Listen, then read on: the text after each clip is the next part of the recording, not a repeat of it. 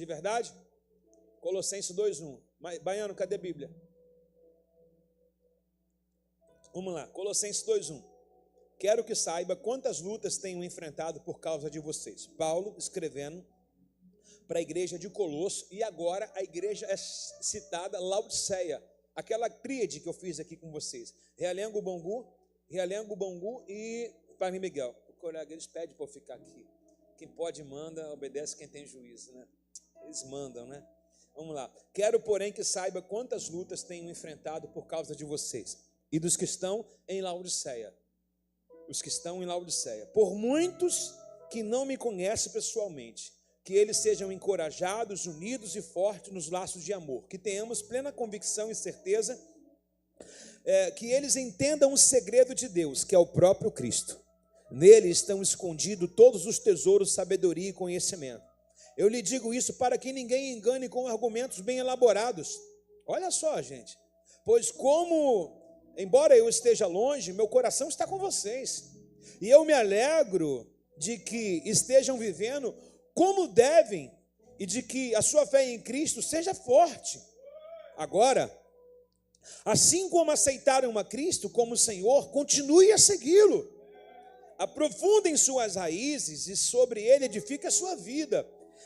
Então sua fé se fortalecerá na verdade em que lhe foi ensinada e vocês transbordarão de gratidão. Não permitam que outros escravizem com filosofias vazias e invenções enganosas provenientes de raciocínio humano, com base nos princípios espirituais desse mundo e não em Cristo, pois nele habita em corpo humano toda a plenitude de Deus.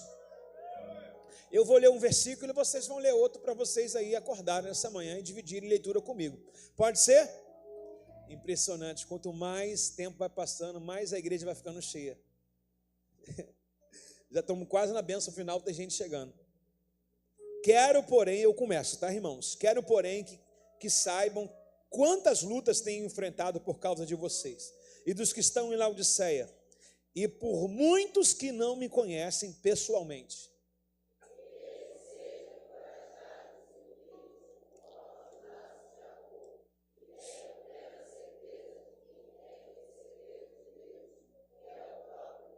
Uau! Nele estão escondidos todos os tesouros e sabedorias e também conhecimento.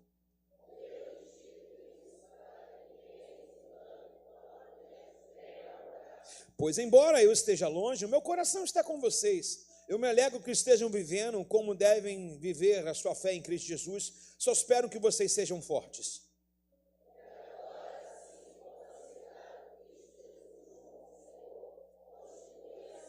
Aprofundem-se suas raízes, e sobre ele edifica a sua vida.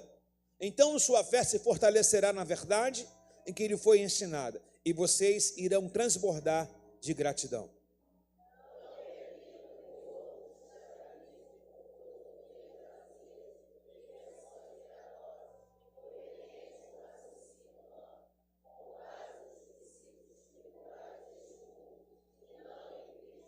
Pois nele habita o corpo humano toda a plenitude de Deus. Palavra de Deus para nossas vidas. Que o Senhor fale tremendamente aos nossos corações. Que a pessoa do Espírito Santo possa falar e trazer discernimento e entendimento.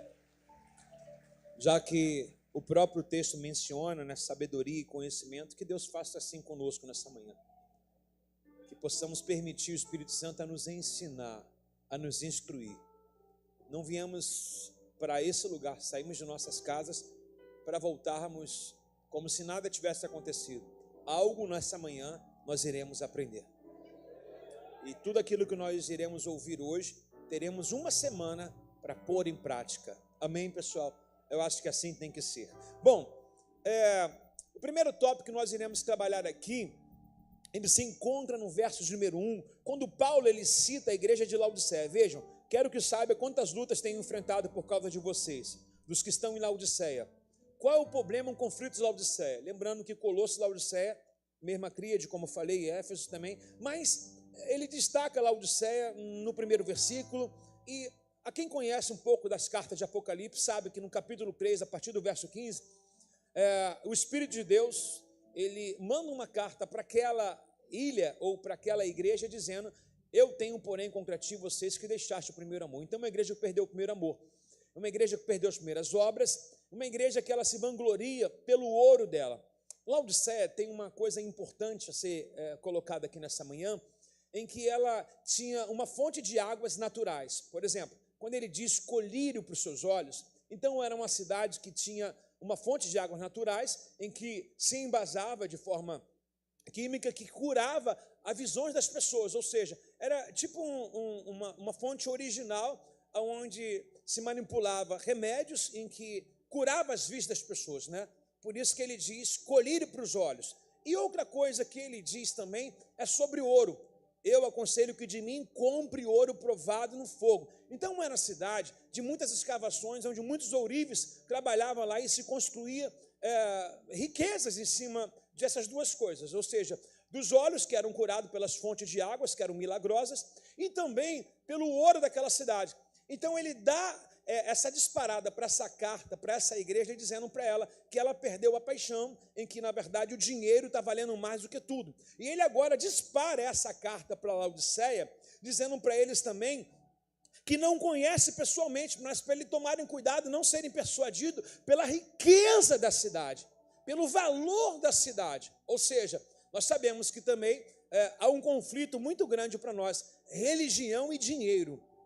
Ou a gente serve a um Deus, ou a gente serve a outro. Não tem como agradar os dois. E Laodiceia foi evangelizada, mas ela se perdeu por causa dos valores. Ela se perdeu por causa do valor do dinheiro, do ouro e da prata. Ela se perdeu por causa da sua luxúria. E ele manda comprar o ouro provado por ele. Afinal de contas, esse ouro da terra, os homens, os ladrões irão roubar. A Bíblia diz, né? Mas o ouro celestial do céu, lá não entra ladrão, lá não corrói, lá não tem traça, lá não tem ninguém para tomar aquilo que é seu por herança eterna. Posso ouvir um amém? Então ele coloca Laodiceia também. O problema de Laodiceia já foi explicado. E que eles sejam encorajados, unidos e fortes no amor, que tenham a plena certeza, que entendam o segredo de Deus, que é o próprio Cristo. Ou seja, neles estão escondidos todos os tesouros de sabedoria e conhecimento. Está vendo? Tesouro, a palavra colocado, luxúria, riqueza. Então, a igreja de Laodiceia está sofrendo. Ou ela entra, porque era um mercado fabuloso, era uma cidade capitalista, uma aldeia, uma ilha, né? E algo que rendia muito, todos faziam passagem por ela, né? Era produção de ouro, ou seja, ourives era algo comum, e também a sua parte medicinal. Então, ele chama a atenção de Laodiceia porque o maior tesouro dessa igreja não está no ouro que ela fabrica, não está no remédio que cura as pessoas, mas em plena sabedoria, no segredo de Deus, que é o próprio Cristo, e Ele é o nosso maior tesouro. Quer ver? Dá uma olhada no Apocalipse capítulo 3, por favor, versículo 14 ao 17. Escreva essa carta ao anjo da igreja que está em Laodiceia. Está onde? Laodiceia. Essa é a mensagem daquele que diz amém, é testemunha fiel e verdadeira. Sei tudo que você faz. Olha aí, uma igreja que trabalha, uma igreja que cumpre essa escala, uma igreja que está ali fingindo que está viva, mas está morta. E ele diz: você não é frio e nem é quente. Quem dera que eu fosse um ou outro, ou seja, frio para que eu pudesse aquecer, e quente para que eu pudesse, na verdade, me alegrar.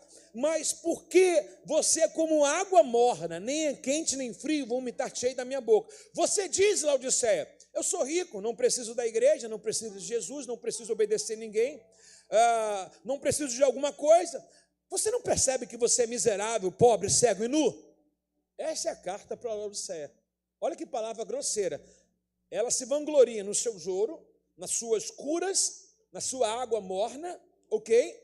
Naquilo que é medicinal, mas o texto diz que ela tem tudo isso, não nega, mas diz que ela é morna, e ele diz que vai vomitá-la, e eles se gloriam, dizendo assim: eu sou rico, não preciso de nada. Não percebe que você é infeliz, pobre, cego, miserável e nu? Olha que carta horrível. E essa carta aqui foi dita anos depois, aí você vai entender o texto. A igreja de Colosso está recebendo a carta entre o ano 60 e 67, 62. Isso aqui já é em 67. Isso aqui já são anos depois. Então são anos à frente, anos em que a igreja começou bem e depois terminou mal. Então o que Paulo escreve para Laodiceia? Para não se vangloriar na sua riqueza, na sua sabedoria. Se tiver algum motivo para arrancar vanglória, o motivo é: Cristo é a plenitude do nosso conhecimento. Ele é a nossa plena riqueza. Do dia para a noite você pode ficar pobre, sabia? Você dorme rico e acorda pobre. Não foi assim com aquele homem chamado daquela colocação que Cristo faz: louco, essa noite pedirão a tua alma o que tem preparado para ela? Não é assim, meus irmãos. Fulano morreu, mas fulano estava bem ontem. Irmão, quem tem garantia de alguma coisa? Quem pode se apoiar nos tesouros dessa terra? Quem pode aqui crescer um castelo e dizer que amanhã ele não vai ser destronado? Quem pode aqui construir alguma coisa e dizer que isso é garantia para a vida inteira? Cuidado, Laodiceia. Cuidado com seus ouros. Cuidado com a sua luxúria. Cuidado com aquilo que você se apoia. Ele não nega a riqueza, mas ele diz que ela não pode ser o teu Deus. E nós acabamos ficando o quê? Mornos.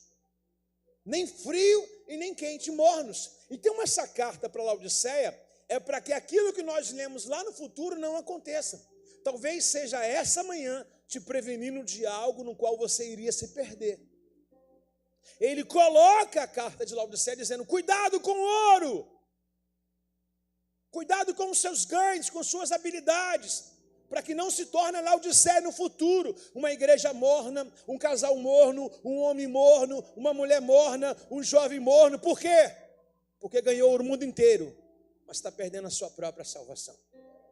Então Paulo, ele coloca essa carta para Laodiceia, e a Laodiceia não dá atenção. E no final, ela é chamada a sua atenção, porque ela deixou de ser quente, e não era fria, ela era morna. Uma pessoa morna é aquela que já conheceu muito, ela fala: estou na minha, né? Não quero compromisso nenhum, estou na minha, não quero me envolver muito. É a pessoa morna. Porque a fria está lá fora. A morna é aquela que conhece, mas não faz mais nada. Tem alguém com morno comigo aí, não? Não, né? Mas tem alguém com Jesus nessa manhã, não? Que sejam eles encorajados, Colossenses 2:2, que sejam eles encorajados, unidos no forte laço de amor, que tenham a plena certeza, que entendam que o segredo de Deus é o próprio Cristo. Presta atenção, repete comigo 3 vezes, por favor: segredo de Deus, segredo de Deus, segredo de Deus. Qual o segredo de Deus revelado com Paulo aqui? Cristo. Aí você pega os gnósticos, eles dizem que tem outro segredo que não seja Cristo. Tem algo para descobrir, mas Paulo diz assim: vocês não precisam entrar para o gnosticismo, vocês não precisam entrar para outras religiões ou procurar em outras fontes. O segredo da vida é Cristo, Ele é o eixo. É tão real que nós estamos em 2025 e no nosso calendário aqui ele tem 2 letrinhas descritivas nele. Na verdade, calendário mundial, não é o nosso não. DC, depois de Cristo. E antes de Cristo vem o AC, antes de Cristo. Então, a história da humanidade se divide, ou seja, o AC, todo mundo esperou por ele. E agora o DC, todo mundo está depois dele. Então, ele é a essência. Por ele se resume tudo. Já foi lhe explicado no culto anterior que sem ele nada que foi feito seria feito. Por ele foram feitas todas as coisas. Ele é a essência de Deus. Quando João, na ilha de Patmos, não tem uma resolução daquilo que traz tristeza ao seu coração, ele não sabe o que fazer, porque tem um livro fechado e não tem ninguém que possa abrir aquele livro. De repente, alguém grita para João atrás dele: não chore, eis aí o Cordeiro, o que tira o pecado do mundo. Ou seja, aquele livro estava escrito, no livro das obras má, as minhas e suas obras que nos condenavam. Mas ele abriu outro livro para a gente, esse que João se encorna desesperado, e ele abriu o livro da vida, onde o meu e o seu nome foi colocado. Uau! Então foi cancelado o escrito de morte e foi aberto o livro da vida para que o meu, o seu nome, da sua casa, quer de alguém lá? Da sua família, da nossa descendência, dos nossos amigos, fossem colocados no livro da vida. Por favor, quem tem o nome no livro da vida, expresse uma reação de salvação e gratidão a Deus aí. Nele estão escondidos todos os tesouros de sabedoria e conhecimento. Então, onde que o ser humano se perde? Como é que o cara se torna um ateu?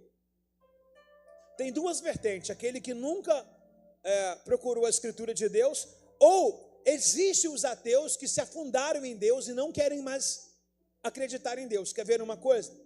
Vou trazer algo bem simples. Entra no seminário. Se tu não estiver ali porque Deus te colocou, você sai dali como um ateu. Porque é tanto sangue, tanto banho de sangue na Bíblia, tanta coisa que você fala, meu Deus, como é que pode isso? Você acaba, se você não entender, se você não estiver inclinado, vocacionado para estar no seminário, você fica com raiva de Deus. Por que Deus fez isso? Por que Deus fez aquilo? Você fica irado. Então, você pode ser um ateu lendo a Bíblia, sem o Espírito Santo. Você pode ser um ateu se relacionando, fazendo cursos de teologia, lendo a Bíblia, lendo livros. Você pode ser um ateu. Por isso que Salomão vai dizer em Eclesiastes 12, é enfado da carne ler muitos livros. O dever de todo homem é temer a Deus e guardar os seus mandamentos. Então tem gente que não está apto para a leitura, porque ainda não tem um coração circuncidado no Senhor 100%. Está comigo aí não? Devia estar com quem? E nele estão escondidos todos os tesouros de sabedoria. Eu lhe digo isso para que ninguém se engane com argumentos bem elaborados. Argumentos bem elaborados. Sabe o que é uma apologeta? Aquele que defende a fé. Todos os cristãos poderiam ser um apologeta. A gente não precisa falar de religião de ninguém, apenas defender a nossa. Não precisamos vir aqui chutar a imagem de santa, derrubar a cabeça de santo. Nós precisamos aqui pregar Jesus, defender aquilo que nós cremos. Então nós poderíamos ser nessa manhã e daqui por diante apologetas, aqueles que defendem as escrituras. Chamado na igreja de Atos Apóstolos, a igreja primitiva, dos crentes bereanos, aqueles que examinam a palavra, e se tem algo que não está dentro da palavra, qualquer tipo de doutrina ou alguma outra colocação, eles rejeitam. Eles são aqueles que examinam a palavra e dizem, não, esse varão está com razão, está aqui na palavra, na escritura. Mas a gente recebe qualquer um. Hoje, você entra na internet, você escolhe o título que você quer, com a colocação que você quiser, tipo de mensagem em que você quer, e você tem acesso lá. Então, se você está passando por uma depressão, você vai, pregação sobre depressão. Se você está passando por uma dificuldade financeira, você bota pregação sobre finanças. Você vai botar tudo lá. Aí você vai ouvir um monte de doutores. Um monte de doutores. Você vai ouvir um monte de vozes. São os gnósticos. Então, a gente não precisa de outro conhecimento. Por quê? Nele estão escondidos todos os tesouros. Deus já nos deu a saída para a cura da alma, a saída para a cura financeira, a saída para a libertação. Tudo está em Cristo Jesus. Eu lhe digo isso para que ninguém engane com argumentos elaborados, irmãos, argumentos elaborados. A serpente tinha um argumento elaboradíssimo, ao ponto de descaracterizar o argumento de Deus. Se você nunca pensou nisso, pense nisso nessa manhã. Deus deu uma ordem, não toque, não mexa, ok? Não coma do fruto, se comer, vocês vão morrer. Qual foi o argumento que a serpente, tomada pelo inimigo, entra lá e contradiz a fala de Deus? São argumentos convincentes. Irmãos, quem já caiu num golpe de estelionatário aqui? Levanta a mão. Quem já caiu? Meu irmão, os caras são... Parece que a verdade deles a mentira deles parece que é verdade. Meu irmão, os caras são expert. Eles têm tudo manietado na cabeça deles. Uma pessoa correta não consegue ter um argumento que um 71 estelionatário tem. O cara te dá um glibre, irmãos. Ele gira com as pernas, ele faz um glibre, marca um gol em você e te arranca fortuna. Arranca fortuna. Talvez uma pessoa ética e correta não consiga fazer o que o estelionatário faz na sua vida. É terrível. Então são, dito aqui, argumentos bem elaborados. Como é que a serpente entrou no jardim? Ela entrou dizendo assim, vou lá e na hora eu vou ver o que eu vou falar. Foi assim, não? Ela estudou o que Deus disse. Ela estudou o que Deus falou para eles. E ela trabalhou em cima daquilo que Deus falou, trazendo dúvida. E trabalhou em cima de uma ganância. Na verdade, se você olhar, Deus colocou tudo no jardim. Mas o homem é ganancioso, o homem tem tudo, mas ele quer mais. Aí o que ela trabalhou? Vou trabalhar em cima da descoberta, ganância. A gente sempre quer o que é proibido, parece que é mais gostoso. Trabalhou em cima do desejo deles lá. Está comigo aí, não está? Está comigo ou não está? Também está na palavra comigo. Então a gente precisa entender que esses discursos elaborados derrubam muita gente. Que são palavras bonitas, palavras que te colocam para cima, que te massageiam. Irmãos, no século de hoje, as pessoas querem um enriquecimento muito rápido. É ou não é? Elas querem um enriquecimento do dia para a noite. O cara quer ficar rico com 3 milhões, 4 milhões, 5 milhões, com 25 anos de idade. O cara fala assim, não, com 24 anos, 23 anos, já quero me aposentar. É tão rápido, ligeiro, em que a gente tem se perdido nisso. Mas são discursos de pessoas que nunca venceram. Sabe aqueles caras de propaganda que vai lá na internet e fala assim, eu te ensino você a enriquecer, a prosperar, a investir. Mas se você olhar, eles não têm um histórico. O histórico de enriquecimento deles, investimento deles é em cima dos otários que fazem inscrição com eles. Eles vivem em cima das inscrições. Não tem um histórico de vida que venceram nunca. Não tem uma mão calejada. Não tem uma loja para te mostrar. Mas tem uma boa falácia. É o que a internet está vendendo. Tem uma falácia muito produtiva. Aí você vai lá e se rende à falácia. É o que Paulo está dizendo para a gente. Olha como é que nos nossos dias hoje funciona. Aí, só que ele diz, pois, embora eu esteja longe, Paulo dizendo, meu coração está com vocês, gente. Eu me alegro do que estejam vivendo e como devem ser forte a sua fé em Cristo Jesus. Apesar de tudo, assim como Colosso, os irmãos de Laodiceia também estão caindo no golpe, mas amam a Cristo. Então tem uma briga aqui. Semana passada um rapaz conversou comigo falando, pastor, aquela palavra de quarta-feira, eu falei, meus irmãos, tu não tem noção a batalha que eu estava naquela quarta-feira. Não que eu subi com Cristo para cá, não, para dar aquela palavra, porque aquela palavra não era com eles. Para quem entende um pouco das regiões celestiais, eu estava blindando os principados e potestades. Foi lá em cima a guerra. Foi lá em cima. Para você dizer que Cristo é o cabeça, dizer que Ele tem poder sobre todos, Ele é supremo, a gente teve que entrar na atmosfera. Talvez tem gente que nem se ligou na luta que a gente estava aqui, de enaltecer uma mensagem cristocêntrica daquela, desbaratando governos, principados, tudo, irmãos. É uma luta, irmãos. É uma luta para atingir isso lá e trazer a mente das pessoas lá. Eu acredito no mover de Deus de quarta-feira passada, em que pessoas aqui, meus irmãos, nunca mais sofrerão das mesmas coisas que estavam sofrendo. Por quê? Colossenses 1:27, porque elas receberam literalmente o que está escrito na parte B. Cristo em vós, Colossenses 1:27. Cristo em vós, Colossenses 1:27. Cristo em vós é a esperança da glória. Repete comigo, Cristo em vós, só a parte B, é a esperança da glória. A gente vem caminhando para a igreja. Tem muita gente caminhando, mas ainda não consegue se encontrar. E nessa quarta-feira foi isso que Deus fez. Ele colocou a nossa fé alojada, a nossa esperança somente em Cristo. Acabando com qualquer tipo de falácia, qualquer outra receita. A nossa receita, o nosso remédio é Cristo Jesus, irmãos. É Cristo. E Paulo, ele diz para os colossenses, Cristo em vós, a esperança da glória. Cristo em vós, a esperança de uma boa recuperação. Cristo em vós, a esperança de uma boa saúde. Cristo em vós, a esperança de uma vida melhor, de uma casa feliz. Cristo em vós, a esperança de um bom casamento. Cristo em vós, a esperança de um bom trabalho. Cristo em vós, a esperança de uma boa família. A esperança de tudo melhor, irmãos. Porque se Cristo não pode me dar essa esperança, de onde eu esperarei? Em quem eu posso confiar mais? Então repete comigo, Cristo em vós, a esperança da glória. Veja bem o que Paulo diz em Colosso, capítulo 2, verso 6. E agora, assim como aceitaram a Cristo como Senhor, continue a segui-lo. Uau!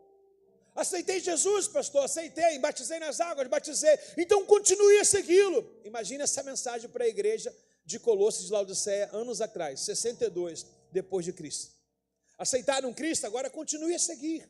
Ou seja, ele chama para um aprofundamento, ele chama para algo perfeito, para uma entrega verdadeira. Ou seja, aceitei Jesus, e agora? Agora é preciso caminhar na fé.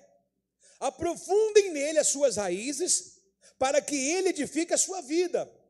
Então sua fé te fortalecerá na verdade, no que foi ensinada, e vocês transbordarão de gratidão.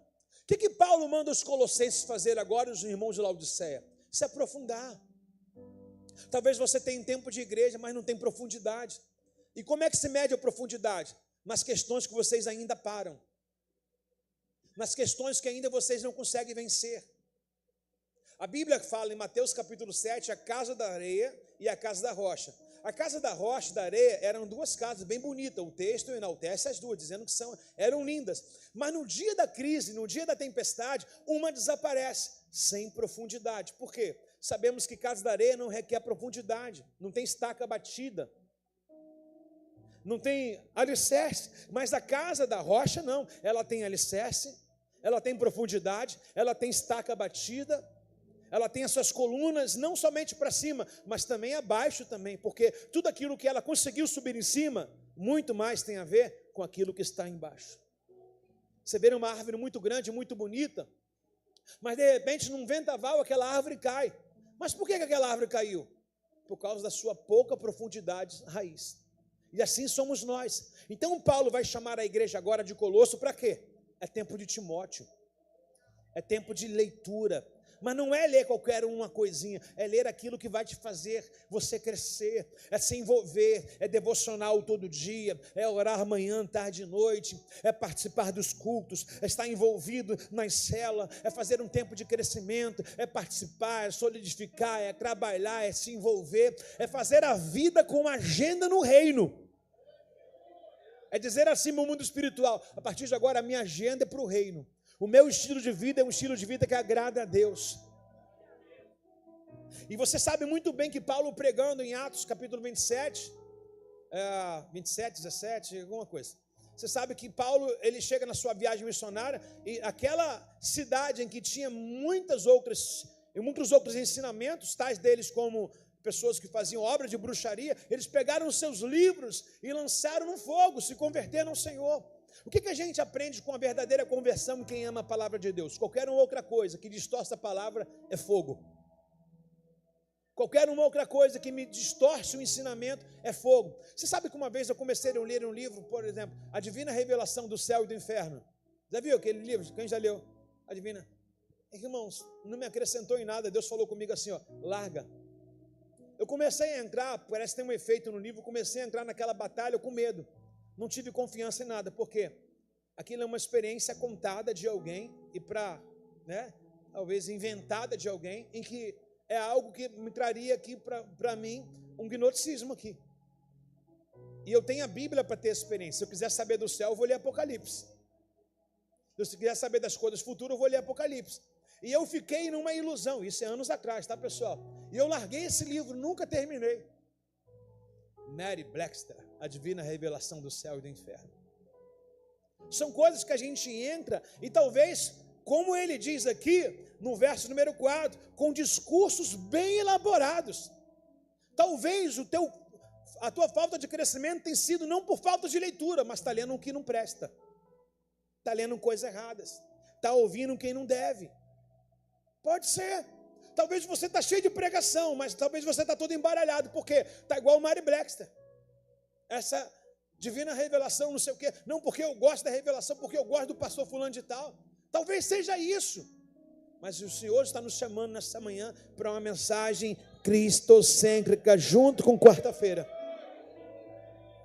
Então continue a viver seguindo, se aprofundem. Não permitam que outros escravizem com filosofias vazias. Olha só, gente, filosofias vazias e invenções enganosas provenientes de raciocínio humano com base nos princípios espirituais desse mundo e não de Cristo. Olha que coisa incrível. Não permita que outros escravizem com filosofias vazias. Filosofias vazias. Ou seja, muita leitura, mas não entendi nada. Você vai ver o livro de Timóteo cheio de referências bíblicas. Você vai fazer estudo com o livro, é sobre isso. Com invenções vazias e enganosas, provenientes de raciocínio humano, com base nos princípios espirituais desse mundo e não de Cristo. Pois nele, em corpo humano, habita toda a plenitude. É hora de nós fazermos como os moradores daquela ilha fizeram. Rasgar livros que enchem a nossa biblioteca, mas não traz espiritualidade nenhuma. Essas traduções de Bíblia chamada NVT, NAA, são maravilhosas. Por quê? Começando com o Rodrigo, não foi, Rodrigo? Antigamente você precisava, ainda precisa, tá? Não abra mão disso. Antigamente você precisava de uma Bíblia e de um dicionário para entender o que estava falando na versão corrigida, atualizada em 1993. Já reparou isso? Antigamente a palavra era tão difícil que você precisava de uma Bíblia e de um dicionário. Quem é dessa época aqui? E hoje, a Bíblia NVT, ela já traduz para você o que você procurava no dicionário. Olha como é que a gente está sendo favorecido, a gente nem percebe. Eu sou desses em que abri a Bíblia e o dicionário do lado para saber o significado das palavras. E hoje, a nossa igreja tem uma Bíblia chamada NVT, que é Bíblia e o dicionário. Meus irmãos, eu estou aqui talvez só como um coadjuvante aqui, enfeitando para vocês, porque se nós lermos ali, é um culto ao Senhor já. Olha quantas explicações nós temos. Pois nele habita em corpo humano, ou seja, Jesus mesmo, esse homem que veio, 100% homem, 100% Deus, toda a plenitude de Deus, todo o poder, a eficácia de Deus está sobre Jesus. E o engraçado é que ele chama a gente agora para um nível de profundidade. Profundidade. Esse ano de Timóteo é um ano que vai despertar os demais anos da sua vida. Eu não sei se você estava caminhando bem, mas vai melhorar. Se você estava mal, vai se alinhar. Esse ano de Timóteo é um ano proposital, é o ano da sua faculdade bíblica, o ano do seu aprofundamento bíblico. E ele chama a gente para se alinhar agora, para se aprofundar, para fazer com que as nossas raízes entrem terra abaixo. Porque, irmãos, se vier e quando vier suas lutas, não vão te derrubar. Porque suas raízes estão profundas. Suas raízes estão profundas. Quantos de nós, irmãos, temos tempo de igreja, mas raízes secas? Raízes curtas.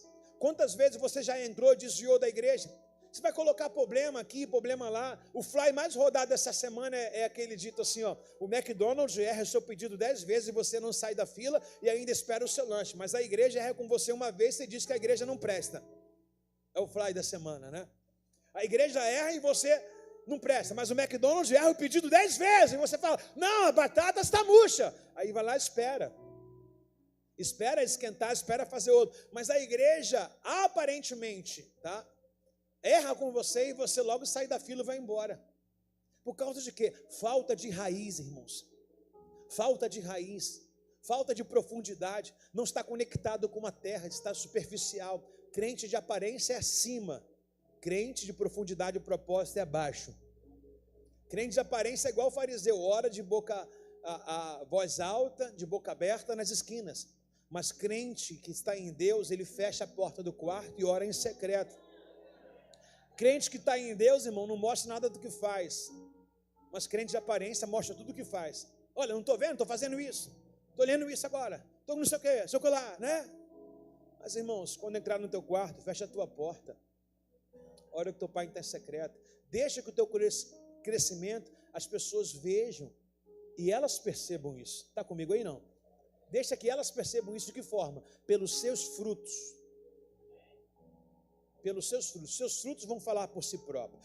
Ah, Jesus, é tempo de crescimento, é tempo de Timóteo. Oséias 6, capítulo 3. Olha que o Senhor usa a boca do profeta para dizer, ah, como precisamos conhecer ao Senhor. Busquemos conhecê-lo, Ele nos responderá tão certo como chega o amanhã e vem as nuvens da primavera, as chuvas da primavera. Ah, como precisamos conhecer ao Senhor. Busquemo-nos conhecê-lo e Ele nos responderá tão certo como o amanhã que vem e as nuvens e as chuvas, da primavera. Irmãos, qual a estação que antecede a primavera?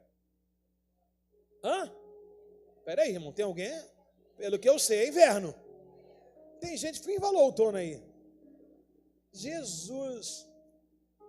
É o inverno. Olha que texto profético aqui. Arranca o profético do texto. Que de forma, Débora? Como precisamos conhecer ao Senhor. Quem precisa conhecer ao Senhor? Eu preciso. Mais e mais e mais. Como precisamos? De que forma eu consigo conhecer ao Senhor? Busquemos conhecê-lo. Ele responderá, tão certo como chega o amanhã, ou vem as chuvas da primavera. Irmão, qual é a estação em que a gente fala assim, pô, não dá vontade de fazer nada, só ficar em casa? O inverno, ele traz uma tipologia para a gente do dia mau. Não traz ou não traz? Mas o texto diz, se eu buscar ao Senhor, se eu buscar conhecê-lo, qual é a próxima estação depois do inverno? O que tem na primavera? O que tem? Flores. Olha que texto profético. Se eu buscar e conhecer esse inverno da minha vida, que às vezes é um inferno, vai terminar porque vai dar lugar a uma nova estação. Vai dar lugar a ramos, vai dar lugar a flores. Então o que Oséias diz? Buscamos em conhecer ao Senhor. Mais uma vez Colosso diz, aprofundar nossas raízes no Senhor. Por quê? Se você está passando por uma estação indesejável, uma estação frienta, uma estação no qual você não queria passar, a única maneira, segundo a profética, de sair dessa estação é buscando ao Senhor. Pastor, eu já busco, vou para o culto. É isso que a gente está errando. A gente apoia tudo isso aqui e quando chega aqui não faz, tem que fazer. Por exemplo, tem pessoas que chegaram no culto hoje 9h40. Como é que você vai buscar o Senhor? Se é para ter resposta para sair do inverno, você sabe muito bem, irmão, se você quiser ser atendido pelo médico, você tem que sair de casa às 3 da manhã. Se você chegar 9 da manhã no consultório, já acabou as fichas, a senha. Não tem como mais. Aí você chega no culto 9h30, o culto começa às 9, mas era para chegar às 8. Por quê? Porque você está no inverno. Você está buscando uma nova estação. Então quem está buscando uma nova estação tem que se antecipar a tudo. Por quê? Porque quem quer sair dessa estação é você. Você quer flor, mas não quer pagar o preço. Você quer uma nova estação, mas não quer cumprir o propósito. Aí fica no inverno a vida inteira, a vida inteira, a vida inteira. Mas eu tenho uma palavra boa para você. É tempo de crescer. É tempo de Timóteo. É tempo de se aprofundar. É bacana você ligar um radinho, ficar o dia inteiro no radinho, fazendo as suas tarefas de casa, o dia a dia todo, você sair, ouvir música. É legal, edifica, edifica. Mas espera aí, talvez isso alegra a sua alma, mas não traz raízes para você. O que dá raiz, irmãos, é a palavra de Deus. Aquela que você abre para fazer um versículo só e fala, Deus já falou comigo. Não. Nós deveríamos sair de casa após pelo menos lermos 10 capítulos da Bíblia. E para ler ela toda o ano, você precisa ler 4 capítulos por dia. O pastor falou que vai pregar sobre Colossenses. Quem ainda não leu o livro todo? São só 4 capítulos, está esperando em mim. Depois que sair do seu inverno, eu não consigo te tirar, se você não se ajudar. Temos resenha para fazer, o esboço está aqui depois do culto, eu solto o esboço para todo mundo, eu solto agora se quiser. Mas tem gente que vai procurar outro tipo de ensinamento. Como é que você quer sair desse deserto? Quem antecipa governa, quem se atrasa é governado. Então conheçamos e prossigamos em conhecer ao Senhor. Quer uma primavera nova, quer uma nova estação na sua vida? Responsabilidade de um cristão. Vida com Deus, vida devota, vida separada, vida santificada. Olha o que o salmista vai dizer, irmãos, Salmo 34, verso 4. Busquei ao Senhor, Ele me respondeu, me livrou de todos os meus temores. Então o salmista, eu vou voltar a mensagem ao contrário, o salmista está cheio de temor, está cheio de medo, está apavorado. Como é que ele diz que sai da vida de pavor? Como é que ele diz que sai do pânico? Como é que ele diz que sai da depressão? Que sai da opressão? Que sai da angústia que ele está vivendo? O resultado é esse. Busquei ao Senhor e Ele me respondeu. Ele me tirou de uma vida de temor dos meus medos. E ele diz no verso 6, clamei ao Senhor em meu desespero. Ele me ouviu de todas as minhas angústias. E ele vai dar um resultado final dizendo para a gente no verso 8, ei, quem quer? Provem e vejam que o Senhor é bom. Como é feliz aqueles que nele refugiam. Alguém comigo nessa manhã? Então ele dá dica para a gente, olha, eu busquei. Ele me ouviu. Eu busquei. Ele me curou. E ele dá um resultado na bula final, uma assinatura que ele faz e fala, gente, vocês têm que provar. Irmão, você está pensando que vir para esse culto é só isso? Você tem que viver uma vida de 24 horas como cidadão do céu mesmo, irmãos. A gente apoia muito somente no culto. É de 9 a meio-dia, já fiz o meu devocional, já fiz a minha partida com... o dia inteiro você não vai pensar no Senhor. Aí o dia inteiro Deus não pode falar contigo. Não, porque agora me desconectei, agora não. Já cumpri minha obrigação religiosa, agora o dia é churrasco, é futebol, é amigos. Aí quer dizer que aqui é um motel. Você vem, paga e usa, abusa, se relaciona com Deus, agora se tornou uma prostituta, e depois você joga embora. O resto do dia, mas não é do domingo do Senhor. Não pode ser isso, irmãos. Não pode ser isso. Deus é relacionamento. Aonde você for hoje, você precisa ter a tua vida conectada com Deus.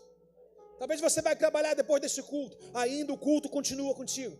Talvez você vai visitar familiares depois desse culto, ainda assim a presença de Deus deve ir contigo. Eu não sei onde você vai hoje, mas você não deve deixar o culto ser interrompido por nada. Cristo em vós, a esperança da glória. Nós não viemos aqui somente para ouvir uma palavra e depois guardar. Nós viemos aqui para ouvir e depois manifestá-la. Nós precisamos ser aqueles que depois do culto ainda continuam vivos. Ou tem Laodiceia aí, morno? Não, eu venho aqui, eu me abasteço, eu me enriqueço de mensagem, eu me enriqueço da palavra, mas depois a palavra vai refletir nos meus lábios, nas minhas ações, o meu caminhar, o meu falar, o meu pensar, o meu agir. Está comigo aí, irmãos? Olha o que ele diz para nós, irmão: busque ao Senhor. Lembra que Paulo vai dizer para a igreja sobre discurso enfeitado? Ele chama de discurso ensaiado, elaborado. Se você não buscar, você vai cair nas receitas elaboradas, nas terapias elaboradas.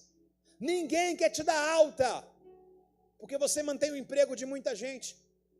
Você acha que a indústria farmacêutica já não tem, quer dizer, ou já descobriram remédio para câncer e outras doenças? Já. Mas enquanto a gente vai lá com a nossa receita lá, meus irmãos, aí tem todo um circuito ali. A indústria, o governo, o dinheiro que faz rodar. Você acha que, meu irmão, já não existe? Por isso que ele manda conhecer ao Senhor, senão você vai ser essa rotatória deles. Você vai ser mais um consumidor de drogas. Drogas chamadas listas nas farmácias. Mas há hoje uma palavra de cura do alto da nossa cabeça à planta dos nossos pés. Conhecereis a verdade se libertará. Hoje nós precisamos tomar posse do que está sendo falado aqui. Cristo em vós, a esperança da glória. Pastor, estou em aflito, estou no inverno. Vai buscar o Senhor.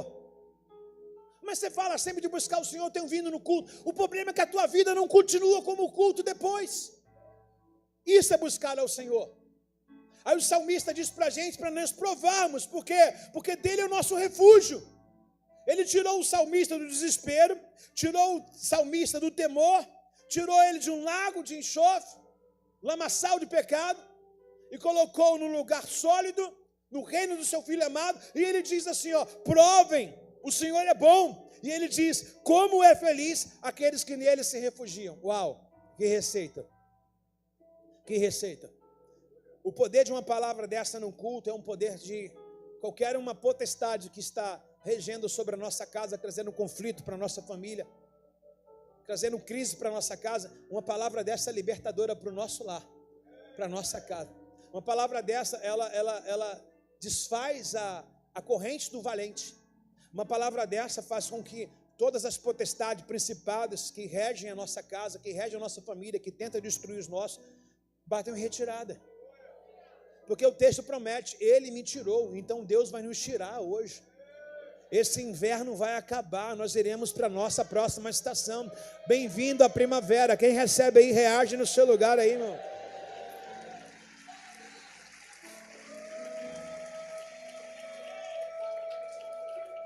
Lembrando de Paulo, verso 4 de Colossenses ainda, no capítulo 12. Eu lhe digo isso para que ninguém nos engane com argumentos bem elaborados.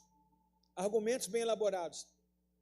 A gente é muito impressionado pela inteligência das pessoas, sim ou não? Você ouviu alguém falar de forma inteligente e fala, caramba, olha só, como é que fala bem tudo.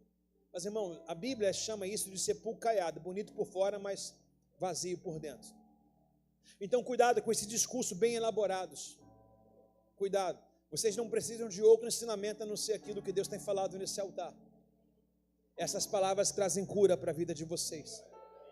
Alimenta a alma de cada um de nós. Ou nós iremos continuar ouvindo os gnósticos e as receitas de remédio terapêutico. Qual o meu sonho? Pergunta assim, pastor, qual é o seu sonho? De esvaziar os consultórios. Meu sonho é de esvaziar os consultórios. Como é que eu, sendo pastor, prego uma palavra para a alma e ainda pessoas vão em consultórios para consultar as suas depressões, opressões? Como é que um cristão, depois de participar de um culto, continua com o síndrome do pânico? O que eu estou fazendo aqui? Palhaço? Não é a palavra que está sendo falada, a palavra não é remédio, não é cura? O que está acontecendo com a gente? Qual o defeito em nós aqui? O que está acontecendo? Uma casa cheia, mas pessoas doentes? Hã? O outro tem pânico? O outro tem crise? O outro tem ansiedade? Hã? Como é que a Bíblia detecta essas enfermidades aparecendo em nossas vidas? É o que está acontecendo em Laodiceia. Pensamento nas coisas de fora. Dorme pensando quanto que vai ganhar amanhã. Acorda pensando, não pensa no Senhor. Ele não é o levantar nem o deitar, mas são as coisas do mundo. Mas estão no culto, mas ouve a palavra. Mas tem mais preocupação com a vida alheia do que com a verdade de Deus. Lembra de Jesus? Não andeis ansiosos por coisa alguma, nem porque ela veio de comer, de vestir, de beber. Os pagãos andam assim, mas tem crente andando igual o pagão lá fora. Mas é incrível, frequenta culto, não falta o culto, está aqui, ama ter a palavra, mas é de pouca durabilidade, não tem raiz, não tem profundidade. Devocional, abre um versículo, mas não conhece a história do que está falando do versículo. Quer ver o teu nível de razoabilidade na Bíblia? É você ler só um versículo. Por exemplo, você sabe tirar o fundo histórico desses Salmos de número 34, o que esse salmista está passando, não sabe. Só fica numa leitura, não tem entendimento nenhum. O que vai trazer profundidade para você? É você entender o contexto, porque ele vai se assimilar à tua vida. Senão fica uma palavra de efeito. Aí você vai ficar toda hora, o Senhor é meu pastor, nada me faltará. Mas qual é o fundo histórico? O que Davi está passando que você pode tirar proveito disso? Se ele passou, se ele sofreu, você está entendendo? E a gente vive no raso. A gente fica replicando versículos que outras pessoas replicam para a gente, ou versículos de efeito. Ai, eu posso todas as coisas daquele que me fortalece. Versículos de efeito. É bom, é. Mas aonde Paulo está? O que ele está passando? Quais são os versículos anteriores e os posteriores? Você estar abatido, sem passar necessidade, sem viver na escassez, posto todas as coisas. Vai ficar no razoável ou vai se aprofundar? Vocês veem muito placa de seminário, né? Nem no seminário você vai aprender o que é falado aqui. Você só aprende a Bíblia e depois você sai do seminário. O seminário te starta.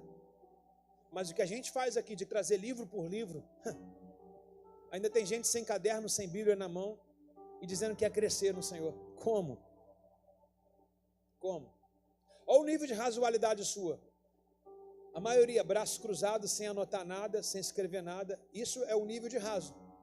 Mas quer sair do inverno. Mas quer sair do inverno. Eu vou pro culto.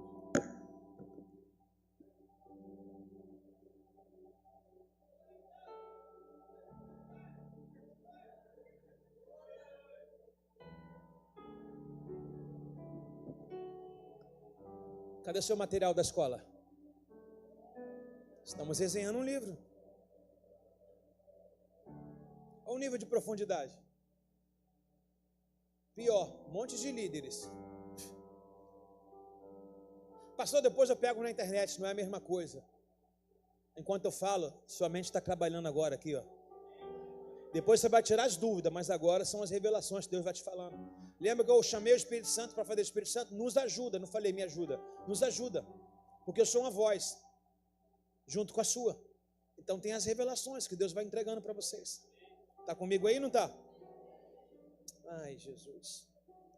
Verso de número 11. Em Cristo, vocês foram circuncidados, não por uma operação física, e sim uma espiritual, qual foi removida o domínio da natureza humana. No batismo, vocês foram sepultados com Cristo, e com Ele foram ressuscitados para uma nova vida, por meio da fé do seu grande poder, que ressuscitou Jesus dentre os mortos. Vocês estavam mortos por causa dos seus pecados e da circuncisão, da natureza humana, então Deus lhe deu a vida com Cristo, pois perdoou os nossos pecados. Verso 14, ele cancelou o registro de acusação contra nós, removendo e pregando na cruz. Bem-vindo à sua Páscoa! Essa mensagem é a mensagem do eixo da igreja. Por quê? Porque os varões de Colossos, Laodiceia, estavam colocando coisas a mais e tirando o efeito da crucificação de Cristo. Lembrando, no ano 62, Jesus já havia ressuscitado. A igreja estava se crescendo no seu exponencial. E eles estavam dizendo, não, precisa de mais alguma coisa. É por isso que Paulo escreve, que ele cancelou. E na cabeça desses homens e líderes religiosos aqui, não, precisa de mais alguma coisa. A penitência, você precisa acender vela. Precisa tomar um banho de sal grosso. Você precisa fazer alguma coisa. Você precisa consultar o anjo. Aí Paulo vem de uma forma incisiva e sela a carta, dizendo, ele cancelou o registro de dívida. Lembrando que a dificuldade de todo mundo, qual é a dificuldade? Por que as pessoas ficam doentes hoje? Por que as pessoas têm problema de alma hoje? Perdão, irmãos. Perdão.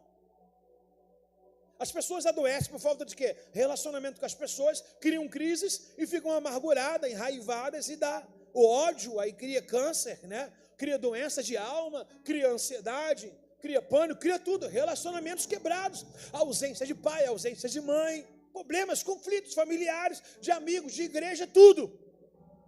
E desde o século que é século, desde que o mundo existiu, são isso.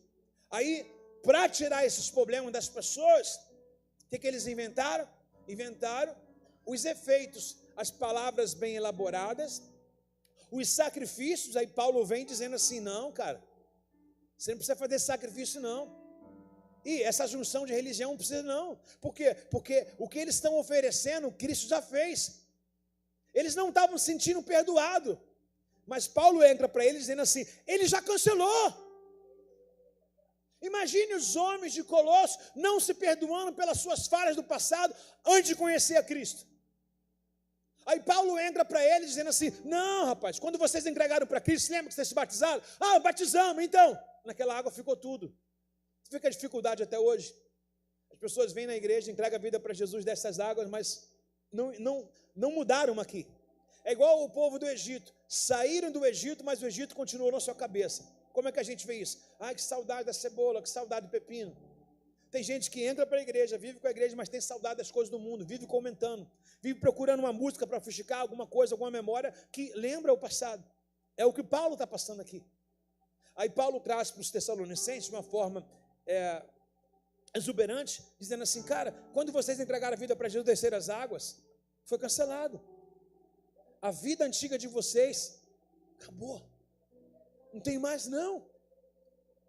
Então, o que a gente precisa fazer? Se isso já foi feito no mundo espiritual, eu preciso trazer a consciência agora e agir como no mundo físico. Agir de acordo no mundo físico. Você vê que a mesma dificuldade a gente tem até hoje. Tivemos agora 155 vidas se batizando. Agora. Mas, de repente, você cheira a boca de um do outro, está com cheiro de cigarro ainda. O cara entregou a vida para Jesus, se batizou, mas fala, não, a libertação é aos poucos, na cabeça dele. É por quê? Porque existem gnósticos. Existe alguém crente dizendo para ele assim, não vai devagar, Deus está entendendo. Não, irmão, não é assim. Já era para ter acabado há muito tempo. Quer mudar de estação, irmãos? Tem que ser radical. Senão vai ficar no inferno a vida inteira. Inferno, ó. É também, né? Não vai ficar no inverno a vida inteira. Se você quer outra estação, você precisa mudar de comportamento. Não adianta sair do Egito, mas não mudar aqui. Paulo, ele diz em Romanos, para nós transformarmos a nossa renovação através do nosso pensamento, para que nós possamos experimentar qual seja a boa, a perfeita e agradável vontade de Deus. Eu quero viver a boa, perfeita e agradável vontade de Deus, então preciso mudar aqui. Não é questão de geografia, é questão do que eu falo. Já saiu da geografia, saiu do bar, beleza, saiu do pagode, legal, saiu do espiritismo, legal, mas não é só os pés, tem que ser o corpo inteiro. Você tem que tirar tudo de lá, é o que Paulo está dizendo para os Colossenses. Vocês se entregaram, vocês se batizaram, então o passado de vocês já foi cancelado. Quem está em Cristo Jesus, nova criatura se tornou. As coisas velhas já não existem mais. Agora tudo se faz novo. Ei, Paulo, está cancelado. Está cancelado. Sabe o que é cancelado? Não existe mais. Olha para trás de você. Olha para trás, você vai encontrar uma pessoa, não vai encontrar o teu passado. Quando você olha para trás, você encontra alguém, mas você não encontra o teu passado, porque já foi nas águas. Então não existe um rebatismo. Existe posicionamento pós você entender. Existe um posicionamento de nós entendermos quem nós somos, o que devemos fazer. Está comigo aí, não? Isso pode trazer cura para o seu casamento, tá? Isso pode trazer uma mudança. A gente enxerga às vezes muito defeito nela ou nele, né? Mas não enxerga na gente. Crie só mudanças em você, para você ver se aqueles que estão na sua casa, ao seu redor, não irão mudar. Afinal de contas, tudo começa por você. E é você que está ouvindo essa palavra nessa manhã. Então não adianta querer buscar fruto nos outros se você não tem os seus. Não adianta querer cobrar os outros se você não tem os seus próprios frutos, as suas próprias mudanças. Então vamos melhorar. Qual o mundo? O dos outros ou o nosso? Cristo em vós. Cristo em vós. A esperança de uma casa melhor, a esperança de um casamento melhor, a esperança de um jovem melhor, a esperança de um servo, de uma serva, de um homem, de uma mulher melhor. Ele cancelou o registro de acusação. Ele cancelou o registro de acusação contra nós, movendo e pregando naquela cruz. Desse modo, ele desamarrou os governantes, autoridades espirituais e envergonhou publicamente, vencendo na cruz. Eu só tenho uma coisa para dizer: o evangelho se resume a isso. Se Jesus não tivesse chegado a esse momento, estaríamos aqui com mais gnósticos, com mais fábulas, mas não. A nossa religião, o nosso Cristo, aquilo que nós cremos é verdadeiro. Ele morreu pelos nossos pecados, ele ressuscitou o terceiro dia, porque assim como ele ressuscitou, nós também, se partimos em Cristo, iremos ressuscitar, iremos estar ao céu com Deus, à direita de Deus Pai. Está o nosso Senhor olhando por nós nessa manhã, dizendo: eu os remi, eu os comprei, eu os santifiquei, eu os perdoei, eu os nomeei, eu paguei com alto preço de sangue. Foi cancelado o seu passado. Todo o escrito de dívida que era contra nós foi rasgado na cruz. Está cancelado. Como é que Paulo demora tanto para chegar na metade e dizer assim: pessoal, cancelou? Por que ele diz cancelou? Porque todo mundo está na fila. Quem é o próximo na consulta do médico aí? Quem é o próximo na consulta do terapeuta? Aí Paulo chega na fila e fala: pessoal, não precisa enfrentar essa fila não. Vocês estão de alta. Como assim estão de alta? Não chegou a minha vez. Ele já cancelou, pessoal. Incrível, né? Uma fila gigantesca de um monte de gente deprimida, oprimida. Aí Paulo chega e fala: pessoal, estão de alta. O médico não atendeu. Não, ele já cancelou. Você está comigo aí nessa manhã? Reaja no seu lugar aí se você está comigo aí. Portanto, não deixe que ninguém condene pelo que vocês comem ou bebem. Olha só, não deixe que ninguém condene pelo que vocês comem ou bebem. Ou não celebre o dia santo. Olha aí, ó, mensagem maravilhosa para essa semana. E você não celebra não a Semana Santa não? Não, olha o que Paulo manda dizer: não deixe que ninguém condene pelo que vocês comem ou bebem. Na verdade, a comida e a bebida era um cardápio desse judaizante aqui que estava dizendo: olha, para você chegar até Deus, você não pode comer isso aqui não, você não pode. Na verdade, eu tenho um conceito sobre jejum, presta atenção, jejum. Muitas vezes a gente fala jejum, a gente até entende o que está se falando. A gente fala: jejum mortifica a carne, mas na verdade não é isso. Quem pensa que Jesus mortifica a carne, levanta a mãozinha. O que foi, Tiago? Ele levantar, mas desistiu no meio do caminho? Quase deu lance aí, está arrematado. Se você levanta a mão assim no leilão, já era, filho. Entendeu? O jejum, ele mortifica a carne, pessoal. Pensa numa coisa aqui. Eu estou entre dois solos aqui, ó. Eu tenho uma mangueira na mão. Aqui é um terreno e aqui é outro. Aqui é o terreno carnal e aqui é o terreno espiritual. Vou mudar. Aqui é o terreno carnal. E aqui é o terreno espiritual, obrigado. Eu estou com a mangueira na mão. Então aqui é carne e aqui é espírito. Eu posso molhar aqui? Posso molhar aqui? Na carne? Posso. Posso molhar aqui? Se eu molhar aqui, eu estou molhando em mim. Eu sou terra, eu sou carne. Se eu molhar aqui, eu estou molhando aonde? Entendeu? Então, aonde eu vou molhar é o que vai crescer. Então, se eu molhar no espírito, eu vou crescer aonde? Mas a carne sumiu. É que eu molhei e reguei aqui. Eu comecei a investir aqui. Começou a crescer aqui. Mas se eu molhar nesse terreno aqui, o que vai crescer? As sobras da carne. Então a mangueira está na minha mão. Eu vou jogar água onde eu quero fazer crescer. Mas se eu não jogar aqui, aqui não diminui, aqui continua. Então a carne não morre. A carne não morre. Mas o espírito vivifica. Então aquilo que eu semeio mais é o que vai crescer. Pega essa mangueira, investe no espiritual, meu irmão. Vamos investir no espírito aqui, meu irmão. Vamos fazer a nossa vida crescer com Deus. Vamos fazer a nossa vida desenvolver com Deus. Vamos fazer o nosso lado espiritual desenvolver com Deus. Quem crê nessa palavra aí, meu irmão? Então, por favor, diga bem alto, está cancelado, está cancelado. Eu sei que a data é importante. A data é maravilhosa. Mundialmente, a data, Israel está lotada. É a festa mais cobiçada agora, passar. É a festa que comemora a Páscoa, a saída do Egito para o Antigo Testamento, para Canaã, e a morte e a ressurreição de Jesus para os cristãos, judeus, convertidos, messiânicos. Então há uma mistura de sentimento agora. Os irmãos católicos estão aí na quaresma, tempo, a semana mais importante, ou na verdade o mês mais importante para a igreja católica, enfim, irmãos. Mas e depois de acabar a Páscoa? Acabou o ano? O que eu faço com o meu mês de maio? Quem é comerciante? Quem é comerciante? Qual o mês das suas decisões? Dezembro. Você que vende negócio, você que tem uma loja, o que você espera? Dia da mãe, dia do pai, não vende tão bem assim. Dia da mãe, o pessoal compra tudo, compra ou não compra? Dia da mãe é igual dezembro, irmãos. O que você faz no mês de maio, irmãos? Pode botar o que for, vende tudo. Dia do pai. Terrível. Na minha época, dia das mães, festa, sábado na escola, tudo. Parava, alugava um salão. Dia dos pais, eles tinham coragem de fazer um café da tarde na quadra do futebol do colégio. Torrada, biscoito e café. É a cultura de hoje. Terrível. Mas preste atenção. Para você que tem um comércio e trabalha com vendas, qual o seu mês prometedor? Dezembro. 13º, vai vir férias da galera. Mas espera aí, então em janeiro você fecha as portas? Vai fechar as portas em janeiro? Existem uns meses que são pico, ok? Mas os outros têm vida ainda.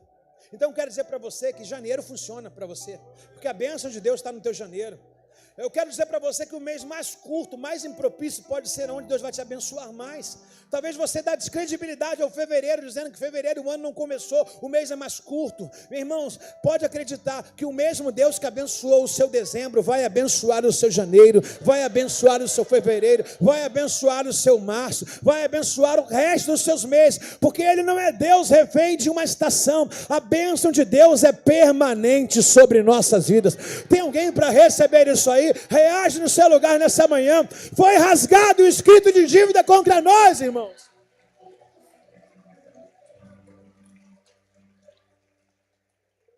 Então não deixe que as pessoas zombem porque vocês não comem a dieta deles, porque vocês não celebram os dias santos deles. Olha que semana.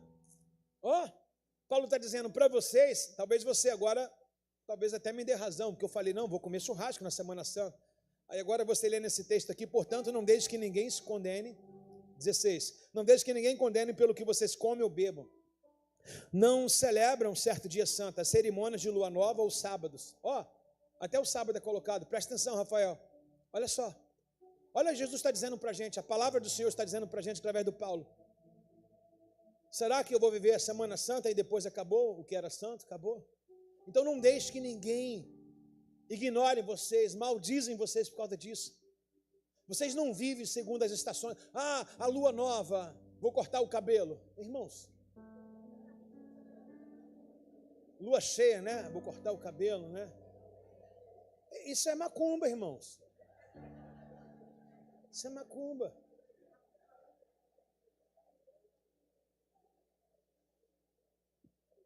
Pois essas coisas são apenas sombra da realidade futura. O próprio Cristo é essa realidade. Não aceite condenação daqueles que insistem numa falsa humildade fingida. Adoração a anjos, alegam ter visões a respeito dessas coisas. A mente pecaminosa tomou orgulho e eles estão ligados a Cristo. Eles não estão ligados a Cristo, que é o cabeça do corpo. Unido por Ele, por suas juntas e ligamentos, o corpo cresce à medida que é nutrido por Deus. Você não está no rudimento, irmãos, dessa semana, irmãos. É respeitoso para a gente, o que a gente deve fazer? A gente deve ceiar, porque a Páscoa é ceia. Páscoa é ceia, irmãos. Eu não quero dizer uma ceia somente na igreja, não. É ceia com a sua família. Biblicamente você vai achar em Êxodo mandando sacrificar um cordeiro e dividir entre a família. E se o cordeiro for muito grande, a família for pequena, chame vizinho, chame família. Então, meu irmão, monta uma mesa com a sua família. Monta uma mesa com a sua casa. Pastor, lá em casa sou eu e minha esposa e meu filho. Faça com os 3. O cordeiro vai estar presente lá. Não é o que você come, não é o que você bebe, mas é quem é convidado para a sua ceia, é quem é convidado para a sua festa, irmãos. Sem religiosidade, irmãos. Sem religiosidade. Outro dia tinha uma data dessa aí. Aí um dos meus filhos, eu vou falar para não. Os dois. Aí falou assim: eu queria ter esse dia em casa entre família. Eu falei assim: é dia? Eu falei: segunda-feira é nosso dia. Acho que era Páscoa mesmo, né? Era Páscoa mesmo ano passado. Eu falei: não, segunda-feira lá em casa fizemos Páscoa. Porque Páscoa, quando eu falo assim, Jesus nasceu numa casa hoje. Jesus está na minha casa agora, entendeu? Então Páscoa para a gente é todo dia. Existe a memória, mas não adianta eu jogar tudo a expectativa do próximo final de semana e no outro está desviado. Páscoa é toda vez que literalmente a minha carne está morta e o meu espírito está vivo. Você pode fazer uma Páscoa na sua casa? Pode, um arrozinho, feijão, farofa e ovo. É o que tem? É.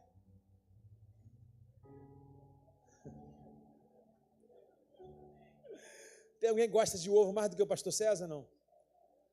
Né? Aleluia. Você troca um Chester, um pernil pelo ovo? Não. Ele troca. Não, sabe quem falou lá? Não, sou tão doido assim não. Olha lá, ele que falou. Pessoal, a gente fica muito no rito. Quer ver uma coisa? Natal, irmãos.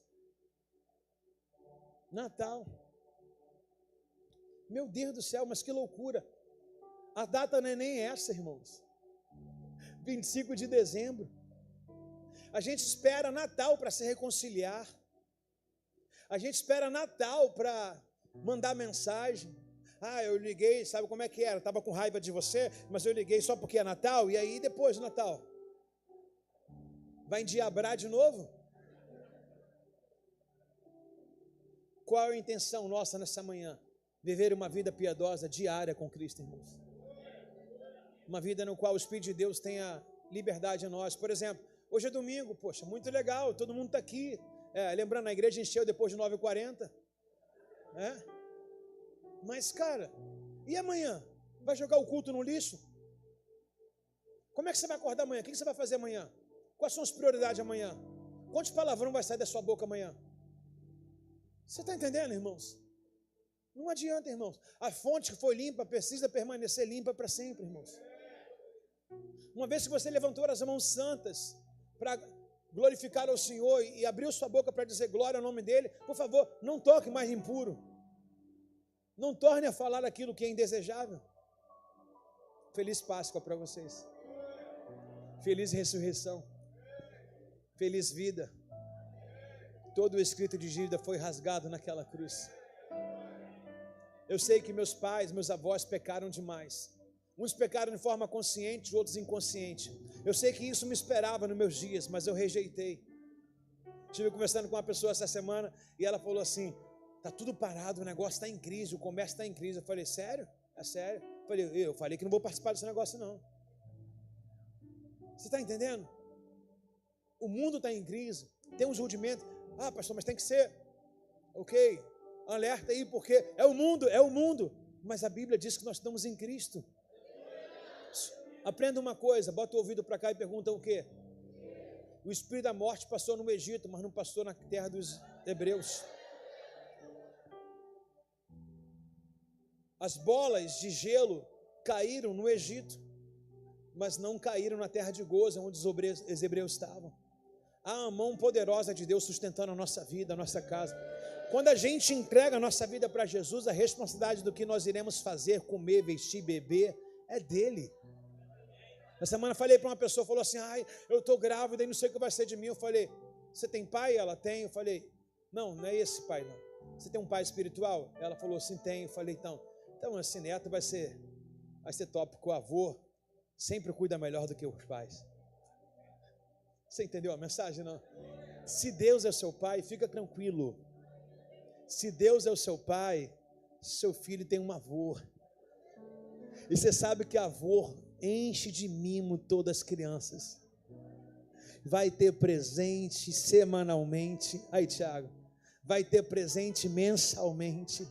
Quando o avô não vier pessoalmente, ele vai enviar os seus anjos, vai enviar pessoas, vai abençoar você na entrada e na saída. Você vai dizer, eu tenho mais do que pensei, mais do que imaginei, mais do que programei. Tem alguém aí? Tudo isso é porque quem está em Cristo Jesus não tem maldição na sua vida, não. O que teus pais sofreram, você não vai sofrer. Qualquer karma familiar da sua família, você não vai morrer dessas coisas. Você agora se converteu, você agora é uma nova criatura. Tudo que era filosófico foi retardado na sua vida, foi colocado para trás. Por quê? Porque agora a nova natureza em Cristo Jesus nasceu em você. Você agora não é mais alguém que é rudimentado pela carne, agora você é alguém que é movido pelo Espírito. A natureza do Espírito agora nasceu em você. Sabe, irmãos, nós estamos quebrando nessa manhã maldições hereditárias, sabe, falências familiares, família destruída. Nós estamos hoje nessa manhã construindo um alicerce firme em Cristo Jesus. Foi cancelado a palavra de maldição sobre a minha descendência, foi cancelado sobre a minha casa todo o rudimento de doenças, de enfermidades, de maldições hereditárias, de falências financeiras e espirituais. Cristo em vós, a esperança de uma casa feliz. Cristo em vós, a esperança de um casamento até o fim. Cristo em vós, a esperança de nossos filhos assumirem nossos legados. Se Cristo está na sua vida, se Cristo está na sua casa, se Cristo está na sua história, toma posse dessa palavra, pois nessa manhã foi cancelado.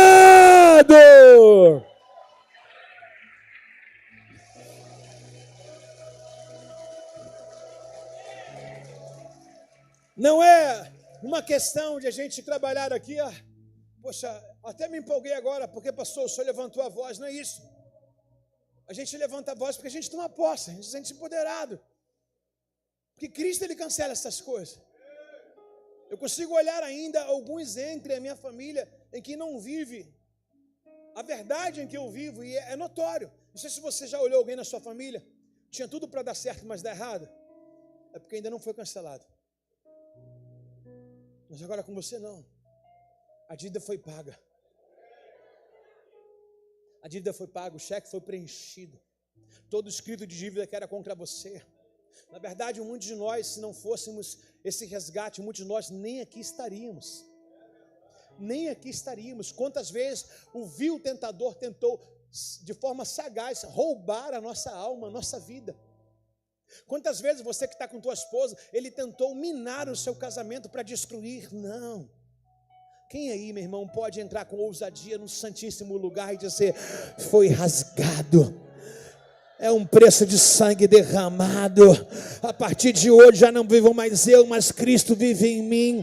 Todo o escrito de dívida que era contra a minha vida, toda falência que foi projetada na minha descendência, cai por terra nessa manhã. Foi cancelado. Nem filosofia, nem medicina. As minhas bênçãos são espirituais, vêm do céu, porque Cristo nos libertou para essas coisas. Eu tomo posse de saúde, eu tomo posse da prosperidade, eu tomo posse da harmonia, eu tomo posse da hegemonia soberania de Jesus, eu tomo posse da grandeza dele. Ele é supremo, ele é supremo, ele é criador, ele é incontável, ele é indiscutível, ele é o Senhor, ele é o alfa, ele é o ômega, ele é o princípio, ele é o fim, porque nele, para ele foram feitas todas as coisas, ao nome de Jesus.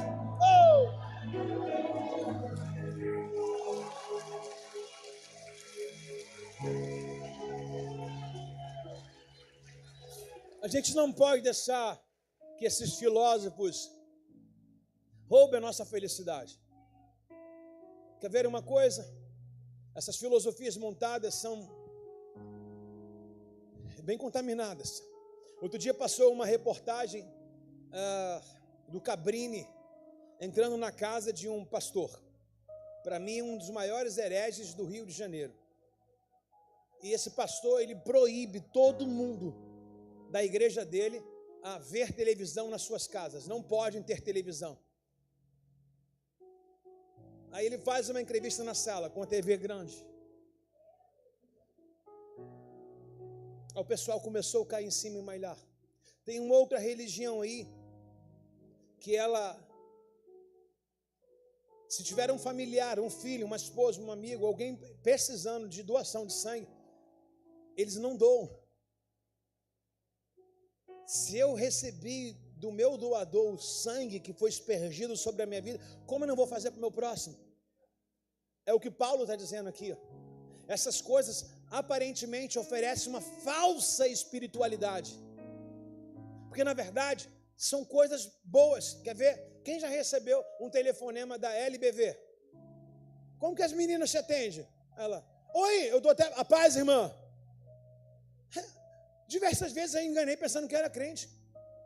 Oi, Senhor, tudo bem com o Senhor? Como está o seu dia? Ai, que Deus abençoe. Amém, irmão, glória a Deus, aleluia. Entrega o mistério. Ela: é que a gente está precisando. LBV, Legião da Boa Vontade. Quantos nós não somos pegos de forma enganosa?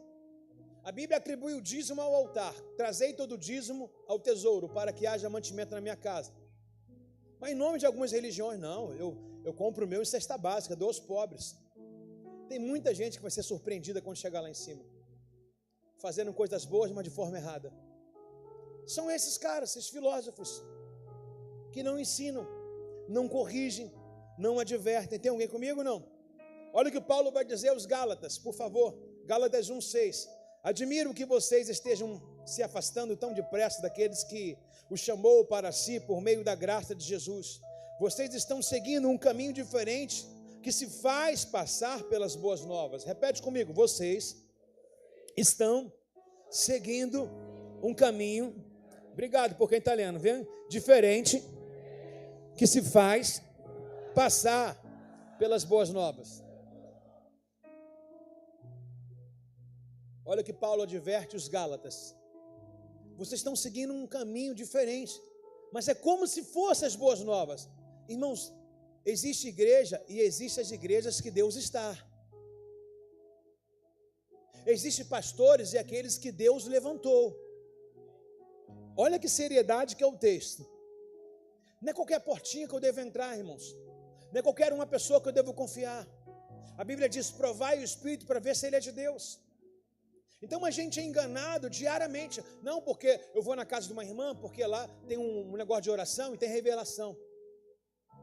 Você vai ver no livro de Timóteo, capítulo 10. Nunca esqueça o capítulo 10. Capítulo 10 foi criado como espíritos enganadores, que falam em nome de Deus no nosso meio. E a fala é igualzinha. Tem milagre, tem profecia, tudo dele. Mas são espíritos enganadores. Aí dá uma olhada o que ele diz. Mas vocês estão seguindo um caminho diferente do que faz passar pelas boas novas. Se faz, né? Mas que não são boas novas, de maneira nenhuma. Estão sendo perturbados por aqueles que distorcem deliberadamente as boas novas. Que sejam amaldiçoados qualquer que, incluindo nós, ou mesmo um anjo no céu, que anunciem umas boas novas diferentes do que nós anunciamos. Paulo está tão arrasado com a igreja de Gálatas que ele diz assim: que todos sejam amaldiçoados, ainda se um anjo anunciar outro evangelho. Qual outro evangelho? Aquilo que tira de Cristo como um cristocêntrico, aquilo que dá margem para os gnósticos, para o sincretismo religioso, que é a junção de religiões. Então Paulo amaldiçoa, dizendo que seja amaldiçoado qualquer um, incluindo eu mesmo, ou nós, ou até mesmo um anjo que anuncia uma boa nova diferente daquilo que você já tem ouvido. Repito o que disse antes: se alguém anunciar umas boas novas diferentes do que vocês receberam, seja o quê? Amaldiçoado. Aí Paulo vai dizer algo bem áspero, né? De forma grosseira, como se ele não tivesse pudor das pessoas, nem apreço por elas. Mas Paulo, quando ele fala de forma agressiva, ele não está olhando para as pessoas, ele está olhando para aquilo que está manipulando as pessoas. É assim que Paulo enxerga. Paulo é um homem espiritual. Ele não olha apenas um pai de família, ele olha o espírito que está tentando entrar nesse pai de família para destruir essa família. Por isso que Paulo fala de forma agressiva. Aí ele bate no peito e diz para todo mundo assim: acaso estou tentando agora conquistar a aprovação de vocês? É uma forma, gente, é agressivo ou não é? É agressivo ou não é? Mas Paulo está olhando para as pessoas. A revelação está acima. Aquilo que está manipulando a vida das pessoas. Ele, acaso eu estou tentando conquistar a aprovação das pessoas? Ou será que procura a aprovação de Deus? O meu objetivo, se fosse agradar as pessoas, se o meu objetivo fosse agradar as pessoas, não seria o quê? Em outras palavras, o nosso português de Bangu, posso falar? Paulo está dizendo assim: entre vocês e Deus, vai embora, deixa Deus ficar aqui. Qual a diferença?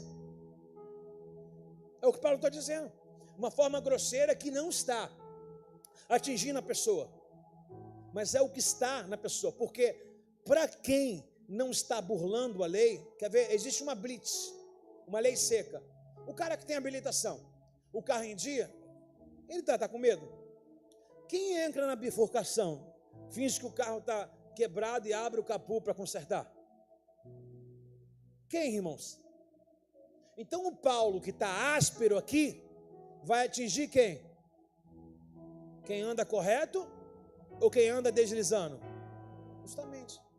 Porque o cara que é correto, o cara fala assim: Paulo está certo mesmo, tem que corrigir as coisas certas mesmo, preservar por isso mesmo. Mas o cara que está, aí você vai descobrir o espírito. Então como é que você encontra alguém com essa falácia aqui? Alguém descontente, alguém que rudimenta, alguém que debate, é alguém que a palavra está machucando, atingindo ele. E para se defender ele começa a falar mal.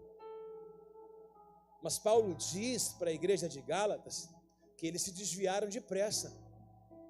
Então é muito arriscado não ter uma mensagem de doutrina, é muito arriscado não ter uma mensagem de correção, porque senão, irmãos, todo esse ensino não dura dias no nosso coração, irmãos. Nós precisamos ser coerentes e nós mesmos, uns aos outros, tanto aqui quanto na nossa casa, quanto no nosso trabalho, aonde nós estamos, preservar pela doutrina. Nós temos que proteger a palavra. Nós somos os guardiões da verdade, irmãos. Nós somos os guardiões da verdade, da palavra, da família, dos princípios de Deus. Não podemos deixar, de maneira nenhuma. Ainda que um anjo anuncie outro evangelho. Já pensou, um anjo dessa aqui, tem gente que vai cultuar, eu vou repreender. Por que eu vou repreender? Porque a palavra está sendo falada. Deus de confusão. O cara estava esperando um anjo mexer as águas. Deus falou: estou aqui. Não, porque quando o anjo vem, mexe as águas. Jesus falou: estou aqui. Então, para o anjo descer aqui, não tem que ter pastor no altar. Porque a Bíblia já trata o pastor com uma forma de figura, o anjo da igreja. Então, 2 anjos aqui vai dar confusão. Fala: sai daí, Satanás. Tem como eu botar aqui uma palavra com 2 pastores aqui no altar? Tem como, irmãos? Eu e outro pastor pregando aqui, vai dar confusão, não vai? Ou ele ou eu. Então, se um anjo vem dividir aquilo que o teu pastor fala, é demônio. Vou repetir. Se um anjo vem dividir aquilo que o teu pastor fala, é demônio. Só vou repetir para você não esquecer. Se o anjo vem dividir aquilo que o seu pastor fala, é demônio. E se alguém está dividindo o que eu estou falando, também é demônio. Bom dia. A paz seja com todos, amém? Dá um abraço quem está do seu lado. Aleluia. Aleluia. Eita, avó. Aleluia. Glória. Detectou alguns demônios agora? Detectou ou não? Vamos lá. Efésios capítulo 1, verso 3, por favor. Todo louvor, uau, seja a Deus, o Pai do nosso Senhor Jesus Cristo. Faz assim, por favor. Faz assim, por favor. Todo louvor seja dado a Deus, o Pai do nosso Senhor Jesus Cristo, que nos abençoou em Cristo Jesus com todas as bênçãos espirituais. Quem toma posse? Quem toma posse? Nós somos abençoados através de quem? De Cristo Jesus. Então, ó, vã filosofias, gnosticismo para lá, sincretismo religioso para lá. Quem nos abençoa? Jesus Cristo. Então você vai ler esse versículo bem alto, por favor. Todo louvor. Pai de quem? Que nos abençoou em Cristo Jesus com todas as bênçãos espirituais nos domínios celestiais. Mesmo antes de criar o mundo, Deus nos amou, nos encheu de Cristo para sermos santos, sem culpa diante dele, e nos predestinou para si, para adotar como filho por meio de Jesus Cristo, conforme o seu bom propósito, a sua vontade.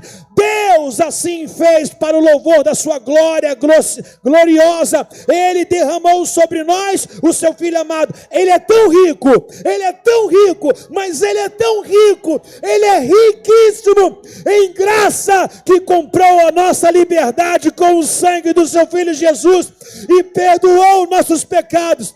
Generosamente derramou sua graça sobre nós, com ele toda a sabedoria e também entendimento. Agora, Deus nos revelou sua vontade secreta a respeito de Cristo Jesus. Isso é o cumprimento do seu bom propósito. Agora vocês também ouviram a verdade, as boas novas da salvação, e quando creram em Jesus, ele colocou sobre vocês o selo que havia prometido, o selo do Espírito Santo. É a garantia da eternidade. Quem está selado aí, meu irmão, reage nessa manhã em nome de Jesus. A verdade veio, ela está aqui, aceitamos Jesus, e agora? Agora tem um selo, nós fomos selados com o Espírito Santo de Deus. Sabe o que é isso, irmãos? Ninguém vai nos corromper. Você compraria um produto na prateleira do mercado com selo rompido? Não. A mesma coisa, Deus está colocando a gente intacto hoje. Ninguém vai tirar o nosso selo, porque ninguém vai tirar a gente da mão de Deus. O nosso lugar é o céu. Vós foi selado com o Espírito Santo de Deus, a saber, para o dia da redenção. Alguém recebe essas boas novas aí? Ei, no 3 você vai dizer: está cancelado. 1, 2, 3. Todo o escrito de dívida foi pago naquela cruz. A Bíblia diz que Deus nos abençoou de forma riquíssima. Ele é rico em misericórdia e em graça em Cristo Jesus. Qual o resumo da nossa fé? Aquele está consumado. Abriu janelas de possibilidades que estavam fechadas. Abriu portas que tinham até paredes. Ele criou porta por causa do estar consumado dele. Através da morte desse homem, nós temos acesso ao Pai. O véu do tempo já não separa mais. Através desse homem, tinham ritos e rituais para nós chegarmos até Deus. Através da morte desse homem, desse nosso Cristo, desse nosso Senhor, nós temos livre acesso a Deus. Através dele você pode ser curado nessa manhã. Você pode ser livre nessa manhã. Você pode ser liberto nessa manhã. Através da vida desse homem, através da vida de Jesus, você pode tomar posse de coisas talvez que seriam impossíveis para vocês. Talvez coisas que seriam fora da sua realidade, fora do seu contexto de vida. Lembre-se de uma coisa: Cristo em vós. Quando ele diz a esperança da glória, a esperança é de dias melhores. que depois dessa manhã, todos nós que estamos aqui, até os que chegaram 9h40, sejam ricamente abençoados pelo Senhor. Cristo em vós, a esperança da glória. Eu não sei qual é a sentença da sua vida e qual era o inverno da sua alma, mas eu quero dar uma palavra direcionada à sua aflição. Se Ele tirou o salmista, Ele vai te tirar também. Se Ele diz que Ele muda a estação para aqueles que buscam, hoje vai ter flor no seu jardim novamente. O tempo dessa árvore, dessa vida, dessa empresa, desse casamento, dessa família, somente com galhos secos, acabou. Eu quero que você pense numa árvore muito bonita. Qual é a cor preferida? Aquela árvore roxa? Aquela amarela, vermelha? Não sei qual é a cor que você quer, mas vai florescer. Ele nos abençoou, Ele é rico. Ele não é pobre, Ele é rico em misericórdia. Ele nos abençoou, eu queria que você tomasse posse. Ele nos abençoou com todas as sortes de bênçãos das regiões celestiais.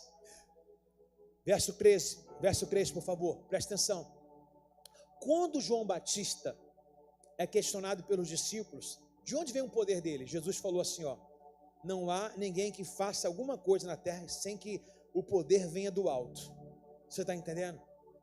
A gente espera na mão de homens.